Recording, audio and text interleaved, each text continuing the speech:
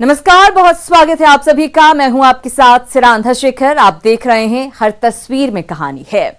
खगड़िया की बात करेंगे। सबसे पहले खगड़िया में झाड़ियों के बीच मिली नवजात बच्ची की जान तो बच गई, लेकिन ये मासूम जान पूछ रही है कि मां, मेरा क्या कसूर है? आखिर आपने मुझे जीते जी मरने के लिए क्यों छोड़ दिया?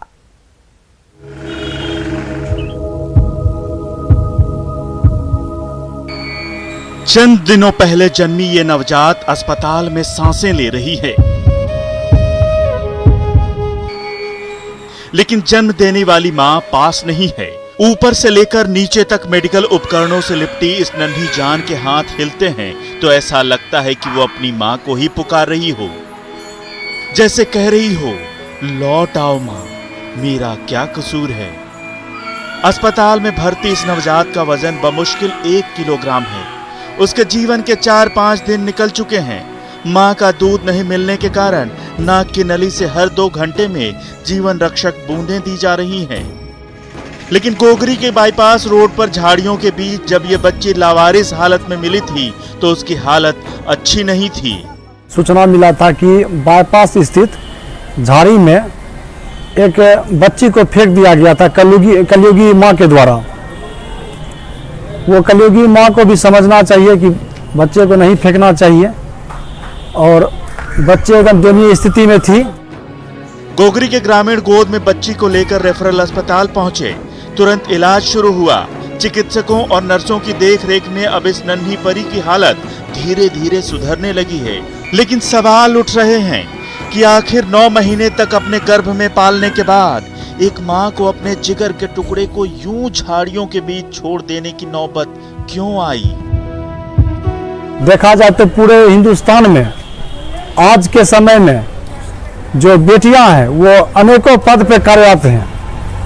हर जगह बेटी जो है, आज लड़के को भी पीछे छोड़ के बेटियां आगे बढ़ रही है। धरती के भगवान की देखरेख में अब ये नन्ही कली सांस लेने लगी है, खिलखिलाने लगी है और जिंदगी जीना सीखने लगी है। लेकिन बड़ा सवाल यह है कि उस मां के सामने आखिर कौन सी मजबूरी रही होगी कि उसे अपने कलेजे के टुकड़े को यूं ही सड़क पर छोड़कर चले जाना पड़ा। दिग्विजय कुमार, न्यूज़ 18, खगड़िया। अब आपको मानवीय संवेदनाओं को तार तार करती तस्वीर दिखाते हैं। दोनों पैरों से दिव्यांग एक महिला खगड़िया सदर अस्पताल की सीढ़ियों पर रेंगती रही, देर तक इंतजार करती रही, लेकिन धरती के भगवान का दिल नहीं पसीजा।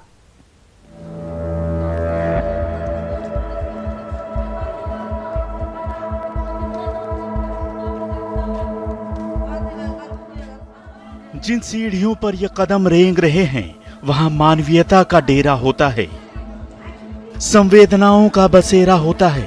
यहाँ काम करने वाले धरती के भगवान कहे जाते हैं।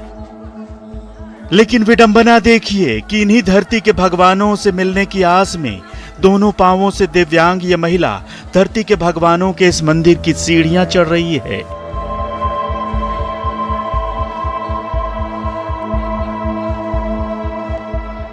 सरकारी सूरमाओं के चेहरे से मानवीयता का नकाब नोच नोच कर फेंकती ये तस्वीर खगड़िया जिले के सबसे बड़े सरकारी अस्पताल की है। ऐसा नहीं है कि सदर अस्पताल में सुविधाओं की कमी है। व्हीलचेयर से लेकर हर चीज मौजूद है यहाँ। अगर कुछ नहीं है तो वो है यहाँ काम करने वालों के सीने में दिल।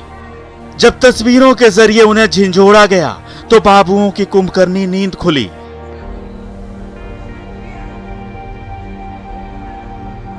जो लोग वहाँ पर हैं उनको भी देखना था कि उसको व्हील चेयर अवेलेबल कराया जाता और अस्पताल में उचित जगह तक लाया जाता। हम बोल देते हैं सब स्टाफ को आगे से ध्यान रखिएगा। क्या करेंगे साहब, आप बोल देंगे, बोलते भी होंगे, आपके कारिंदे सुनते भी होंगे, लेकिन अमल कौन करेगा? जब सीने में संवेदनाओं का ज्वार ही नहीं उठता तो शब्दों का क्या?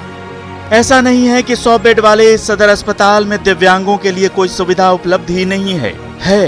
सब कुछ है यहाँ, मगर कागजों में या महज तख्तियों पर।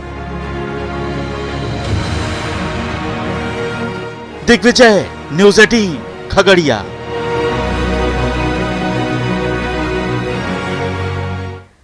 दुमका की बात करेंगे। दुमका के तालझारी प्राथमिक स्वास्थ्य केंद्र में हजारों जीवन रक्षक दवाइयां एक्सपायर हो गईं। ये दवाइयां समय पर मरीजों तक पहुंच जाती तो कई मरीजों की जान बचाती, लेकिन लापरवाही की वजह से ये दवाइयां स्टोर रूम में ही बर्बाद हो गईं।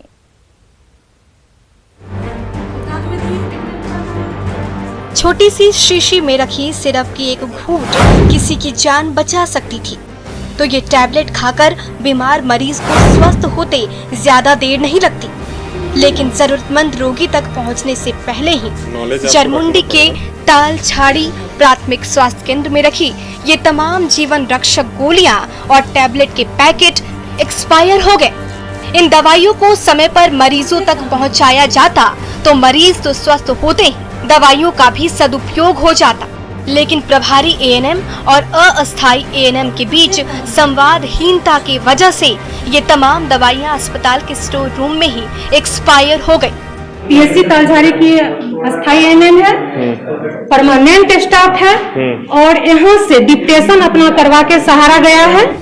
तालझारी के प्राथमिक स्वास्थ्य केंद्र के स्टोर रूम में अभी भी स्वास्थ्य विभाग की ओर से भेजी गई कई दवाइयां पड़ी हुई हैं, जिनका जिक्र अस्पताल के बाहर लगे इस बोर्ड में भी है, लेकिन सेहतमंद बनाने वाली इन दवाइयों को मरीजों के बीच पहुंचाने की कोई जहमत उठाने को तैयार नहीं है। सवाल पूछिए तो जवाब हैरान करने वाला मिलता है।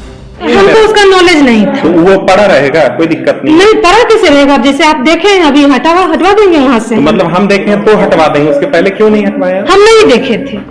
तालझारी के प्राथमिक स्वास्थ्य केंद्र में खुलेआम मरीजों की सेहत और जनता की गाढ़ी कमाई से खिलवाड़ हो रहा है। लाखों रुपए खर्च कर सरकार की ओर से भेजी गई ये दवाइयां समय पर मरीजों तक पहुंचती तो ना जाने कितनों की जान बचती, लेकिन रोगियों को चंगा करने वाली ये दवाइयां स्टोर रूम में पड़े पड़े ही बर्बाद हो गई। पंचम झा, न्यूज़ 18, दुमका। इधर बिहार के मुख्यमंत्री नीतीश कुमार के दिशा निर्देश में सजा संवरा बगहा का इको पार्क बेसब्री से सैलानियों का इंतजार कर रहा है। यहां आकर सुकून के 2 पल बिताना भला कौन नहीं चाहेगा।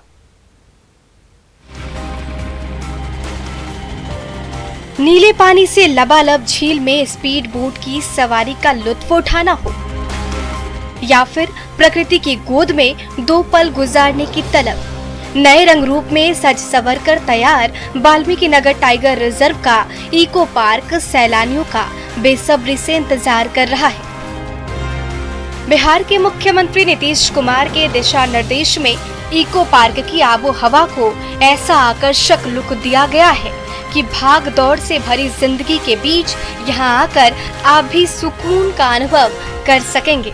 अब ये हमारा दायित्व होगा कि उसे अच्छी तरह से मेंटेन करें और वहाँ जो भी Valmiki tiger reserve Valmiki Nagar entry point पे जो भी पर्यटक आते हैं उन्हें सफारी या अन्य जो बोटिंग के साथ साथ इको पार्क में घूमने का भी आनंद मिले। चारों ओर घने जंगल, ऊंची पहाड़ियों और कलकल करती गंडक नदी के तट पर विकसित इको पार्क में प्राकृतिक विविधता की झलक दिखेगी, तो गंडक नदी के पानी को चीरते हुए तेजी से बढ़ रही स्पीड बोट की सवारी आपके सैर सपाटे को रोमांच से भर देगी। ये वो आकर्षण है जो बिहार ही नहीं देश भर के सैलानियों को बार बार वाल्मीकि नगर टाइगर रिजर्व और इको पार्क की ओर खींचेगा, तो वन्य प्राणियों का स्टैचू भी पर्यटकों को लुभाएगा। तो बच्चे जाते हैं, स्कूल बच्चे जाते हैं, तो उन्हें वो बाघ के बारे में, राइनो के बारे में, गौर के बारे में, चीतल के बारे में, उनकी कैसे उनका बिहेवियर है, क्या है, तो इसके हम वो जो मॉडल्स उसके हैं वो हम वहाँ लगाएंगे और उस पार्क को और अति सुंदर बनाने का प्रयास करेंगे। तो देर किस बात की, आप भी आइए और वाल्मीकि नगर टाइगर रिजर्व के साथ साथ इको पार्क के मनोरम नजारों के बीच खो जाइए। मुन्ना राज, न्यूज़ 18, बगहा। बगहा के किसान परंपरागत खेती के बजाय सीप से मोती बनाकर अपनी किस्मत संवार रहे हैं। 1 साल की कड़ी मेहनत के बाद जब एक एक सीप से 2-2 चमकदार मोती निकलते हैं तो उसे बेचकर किसान मालामाल हो जाते हैं। ये प्रेरणादायक कहानी है बगहा के किसान नितिन की, जो दूसरे किसानों की तरह परंपरागत खेती में बढ़ते खर्च और कम मुनाफे से परेशान थे। तो उन्होंने अपने गांव में मोती की खेती शुरू की और आज वो दूसरे किसानों के लिए नजीर बन चुके हैं। उन्होंने मुंबई, भोपाल और चेन्नई में मोती की खेती का नुस्खा सीखा और उसी नुस्खे की बदौलत अपने गांव में पर्ल फार्म की नींव डाली। आज उनके पर्ल फार्म में मोती ही मोती हैं। मोदी जी का सपना है आत्मनिर्भर भारत, उसको मैं साकार कर रहा हूँ। मेरी एक कोशिश है कि मैं इस चीज आत्मनिर्भर भारत के तहत मोदी जी के सपना को साकार करूँ और मोती के क्षेत्र में अपने भारत को आत्मनिर्भर बनाऊं। नितिन भारद्वाज केरल से सीप मंगवाते हैं। शुरू में उसे 15 दिन तक पानी में रखा जाता है। इसके बाद जब बाहर निकाला जाता है तो उसके अंदर केमिकल ट्रांसप्लांट किया जाता है। इस केमिकल के साथ ये सीप अगले 1 साल तक पानी के अंदर रहता है। इस दौरान पानी में ही उसे दाना दिया जाता है। साथ ही समय समय पर पानी की अमोनिया, पीएच और डीटीएस चेक किया जाता रहता है। सब कुछ ठीक ठाक रहा तो 1 साल के अंदर एक सीप से 2-2 चमकदार मोती निकलते हैं, जो किसानों को माला माल कर देते हैं। हमारा मोती की खेती में एक सीपी पे हमारा खर्च जाएगा 30 से 35 रुपए का और वो एक सीपी मेरा 250 से 300 रुपए में बिकेगा। एक सीपी में मेरा 2 मोती होता है। और इस चीज को मैं सोचा कि आकर के अपने गांव में अपने लोगों को प्रशिक्षित करके अपने खुद के लिए काम करूं ताकि बेहतर हो हमारा भविष्य अपना और अपने बिहार का। बगहा के किसान नितिन भारद्वाज ने तो मोती की खेती से अपनी किस्मत चमका ली। कई और किसान भी नितिन के रास्ते पर बढ़कर मोती के जरिए अपनी किस्मत संवारने का सपना देखने लगे हैं। मुन्ना राज, न्यूज़ 18, बगहा। जमुई का लाल पेड़ा बिहार ही नहीं देश के कोने कोने में मिठास फैला रहा है। शुद्ध खोआ और चाशनी में डूबा ये पेड़ा जो कोई भी एक बार खाता है वो बार बार यहाँ खिंचा चला आता है।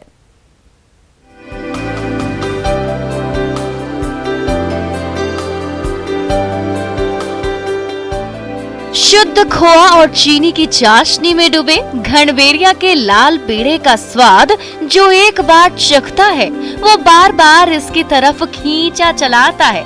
इस पेड़े का जायका ही कुछ ऐसा है कि मुंह में जाने के बाद घुलने में ज्यादा देर नहीं लगती। तभी तो जमुई जाने वाले मुसाफिर कुछ देर के लिए इस मशहूर दुकान पर जरूर रुकते हैं और पेड़े का स्वाद लेने के बाद ही अपनी मंजिल की ओर कदम बढ़ाते हैं। इस पेड़े का स्वाद इतना मशहूर हो चुका है कि रोजाना कई क्विंटल पेड़ा हाथों हाथ बिक जाता है। ऐसे जैसे अभी बाहर का पब्लिक आया, एक बार जो पेड़ा ये खा लेता है वो पेड़ा बहुत ही अच्छा है, उसको पसंद आने के बाद वो नंबर हमारा बोर्ड में है, शास्त्री जी पेड़ा भंडार घनबेरिया। बाहर से भी ऑर्डर आता है? हाँ, बाहर से भी ऑर्डर आता है। फोन पे? हाँ, फोन पे ऑर्डर लेते हैं। यहाँ का पेड़ा सबसे सुंदर है, सबसे बढ़िया लगता है, स्वाद में बढ़िया। 30 साल से हम पेड़ा निर्माता हम ही हैं। 30 साल से पेड़ा शुरुआत किए। चौक का पेड़ा भी सब जगह नाम है। स्वाद और मिठास से भरपूर घनबेरिया का लाल पेड़ा बिहार वासियों को जायका तो देता ही है, इसके जरिए खैरा प्रखंड के हजारों ग्रामीणों को भी रोजगार मिला हुआ है। घनबेरिया चौक पर पेड़ा की दर्जनों दुकानें खुली हैं, जहां दिन रात स्वादिष्ट पेड़ा बनता रहता है और उसकी हाथों हाथ बिक्री होती रहती है। तो लॉकडाउन में बड़े शहरों से अपने गांव लौटे सैकड़ों प्रवासी मजदूरों का पेट भी यही पेड़ा भर रहा है। लॉकडाउन में सर वहाँ पे रहने खाने का बहुत दिक्कत होता था, इसी के कारण हम लोग यहाँ पे घर पे बैठे हुए हैं, कुछ रोजगार कर रहे हैं, 100-200 रुपये कमा रहे हैं। और क्या लॉकडाउन में जब आदमी को रोजगार नहीं मिला तो गांव आया तो देखा कि नहीं, हमारे यहाँ चौक पर पेड़ा का बहुत अच्छा बिजनेस चलता है, तो लोग पेड़ा बेचने में लग गए। और पेड़ा का क्वालिटी इतना अच्छा है कि जो एक बार खाते हैं लोग वो इसका मुरीद हो जाते हैं और बार बार आते हैं और बार बार खाते हैं। आप मीठे के शौकीन हैं तो देर मत कीजिए, चले आइए घनबेरिया चौक और यहाँ के मशहूर लाल पेड़े का जायका जरूर लीजिए। यकीन मानिए आपके कदम बार बार घनबेरिया चौक की ओर खींचे चले आएंगे। केसी कुंदन, न्यूज़ 18, जमुई। खगड़िया की बेटियां हॉकी की दुनिया में बिहार का डंका बजाना चाहती हैं। संसाधनों की कमी के बावजूद ये बेटियां कोसी कॉलेज के मैदान में सुबह शाम प्रैक्टिस करती नजर आती हैं।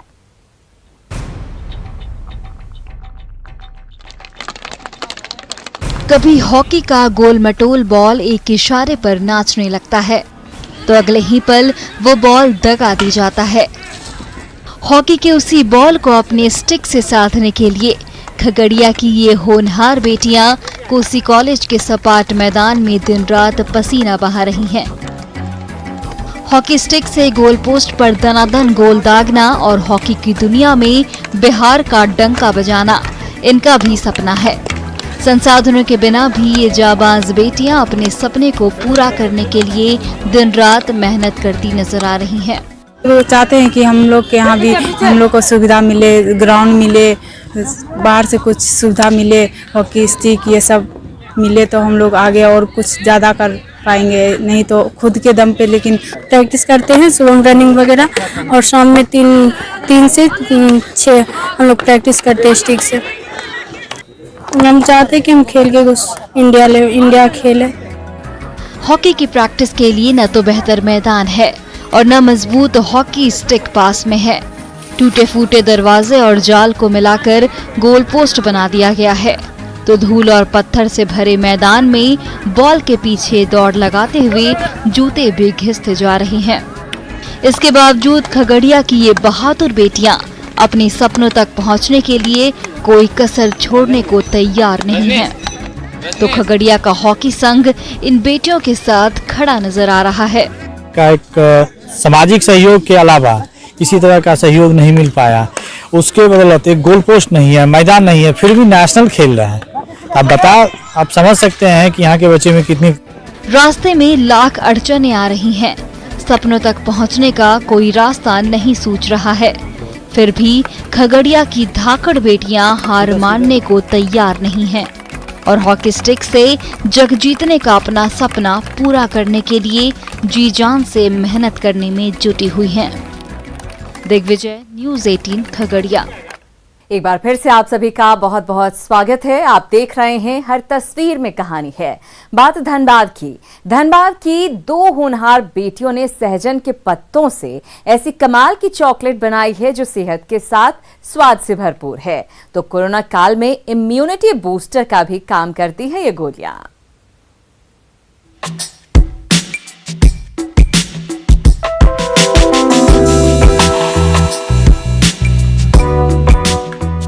सहजन के हरे भरे पत्तों से बनी चॉकलेट की ये छोटी छोटी गोलियां आपके शरीर को निरोग तो करती ही हैं, कोरोना के साथ साथ 300 तरह की बीमारियों से लड़ने के लिए भी तैयार कर देती हैं। SSLNT कॉलेज की 12वीं क्लास की 2 होनहार छात्राओं दीक्षा और अदिति ने स्वाद और सेहत से भरपूर अपनी इस खोज का नाम रखा है कोको रिंगा, जो 5 फ्लेवर में मार्केट में हाथों हाथ बिक रहे हैं। क्योंकि हानिकारक केमिकल के बगैर बनी ये गोलियां दूसरी लाल पीली दवाइयों से तो सस्ती हैं ही, कोरोना काल में इम्यूनिटी पावर बढ़ाने में भी बेहद कारगर साबित हो रही है। इम्यूनिटी बूस्टर है, इसमें 300 से ज़्यादा डिजीजेस से फाइट करने का ताकत है इसमें। ये कोको पाउडर से बनाया गया है और ये डार्क चॉकलेट है जो शुगर फ्री है, जो शुगर पेशेंट्स भी खा सकते हैं। इम्यूनिटी का मतलब रियलाइजेशन था तो सिर्फ उस इम्यूनिटी के लिए हम लोग ये लाए ताकि किसी और केमिकल को यूज़ करने से बेटर है कि नेचुरल प्रोडक्ट यूज़ करना। SSLNT कॉलेज में अक्सर होनहार छात्राओं को नई नई खोज के लिए प्रोत्साहित किया जाता है। जब ये दोनों छात्राएं चमत्कारी गुणों से भरपूर सहजन के पत्तों से चॉकलेट बनाने का आइडिया लेकर आईं, तो कॉलेज के शिक्षकों ने उनका साथ दिया और इस तरह से कोको रिंगा की गोलियों ने आकार लिया। अब इसके पेटेंट और फूड लाइसेंस की प्रक्रिया भी जोर शोर से चल रही है। स्टेज में पार कर गए हैं कि टेस्ट बहुत ही अच्छा है और इसकी डिमांड बहुत ज़्यादा है। ये हम लोग का एक पहल है और ये छोटी छोटी बच्चों की हम लोग कोशिश कर रहे हैं कि इसको और हम लोग पेटेंटिंग के लिए आगे बढ़ाएं। ये हमारे कोशिश है और हम लोग पिछले करीब 3 से 4 महीने में कंटिन्यू मेहनत कर रहे हैं और चूंकि मेरा तो इसमें तो जो रोल है, लेकिन सबसे ज़्यादा तो इन लोग जो लड़की लोग हैं प्लस वॉलंटियर्स जो हमारे हैं, इन लोग काफ़ी ज़्यादा मेहनत की है। धनबाद की छात्राओं की सूझबूझ से बनी ये छोटी छोटी गोलियां स्वाद से भरपूर तो है, कोरोना जैसी बीमारियों से लड़ने के लिए भी किसी संजीवनी से कम नहीं है। जरूरत है इन बेटियों की हौसला अफजाई की। संजय गुप्ता, न्यूज़ 18 धनबाद।